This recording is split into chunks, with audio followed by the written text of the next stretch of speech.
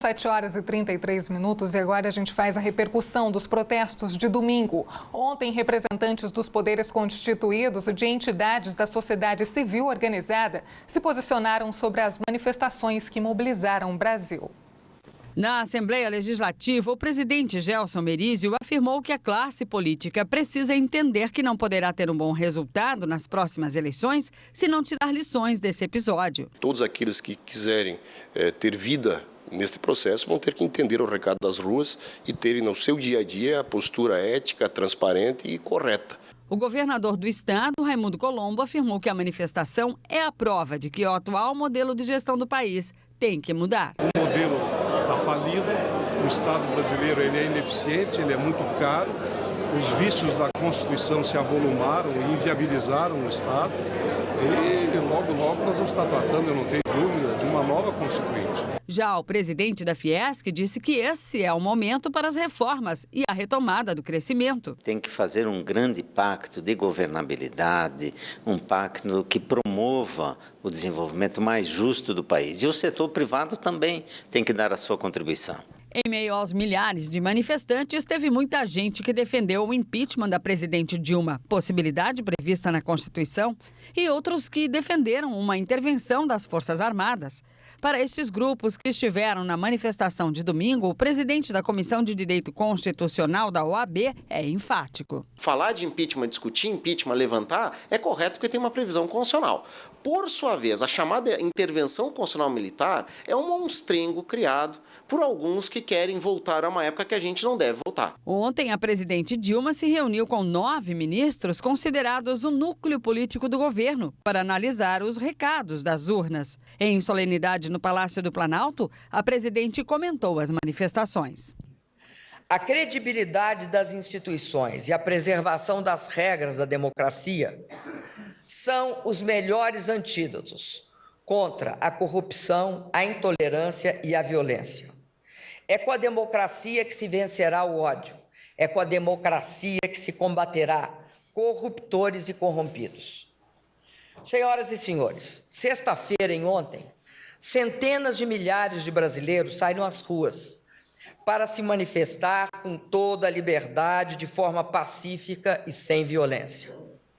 No dia em que celebrávamos 30 anos de redemocratização, tivemos, nesse dia e na sexta-feira, uma inequívoca demonstração de que o Brasil de agora é um país democrático, que convive pacificamente com manifestações, ao contrário de muitos países no resto do mundo. Na democracia, nós respeitamos as urnas, que traduzem a vontade de toda a nossa nação. Na democracia, nós respeitamos as ruas, um dos legítimos espaços de manifestação popular, pacífica e sem violência.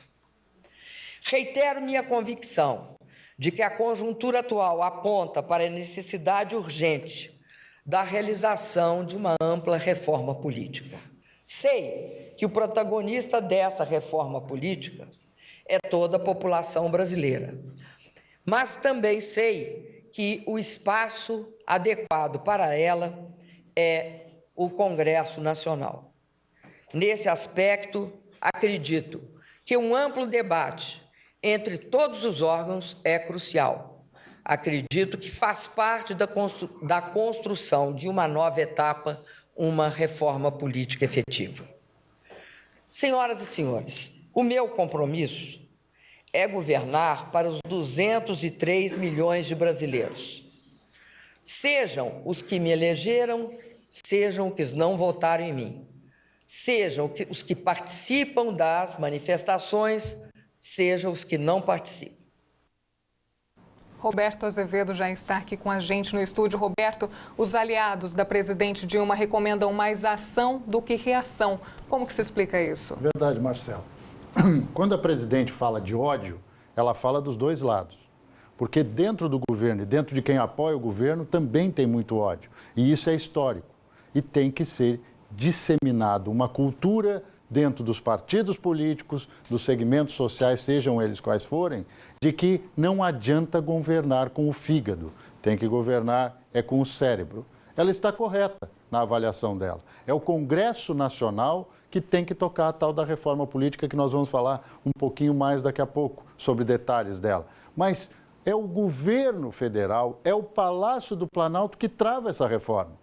Porque não tem interesse disso, daquilo, é casuísta, não quis que a reforma saísse antes, depois das manifestações de junho de 2013, por quê? Implicaria até mesmo em algumas benesses nos estados e até na eleição para a presidência da República. Então, todos nós concordamos com um ponto. Algo tem que mudar no Brasil e não precisa ter uma manifestação nas ruas para que isso aconteça. Aliás, uma dica para os organizadores destas manifestações, por enquanto vitoriosas: não banalizem, porque já estão marcando uma para dia 12 de abril, tem gente que já quer uma para 1º de abril. Não banalize as manifestações para não enfraquecê-las. O forte da manifestação é quando ela desperta essa questão absolutamente natural das pessoas irem para a rua.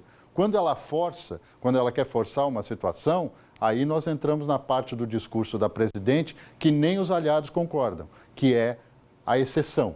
Regime militar, mas quem é que tem isso na cabeça? Por favor, troque seu cérebro.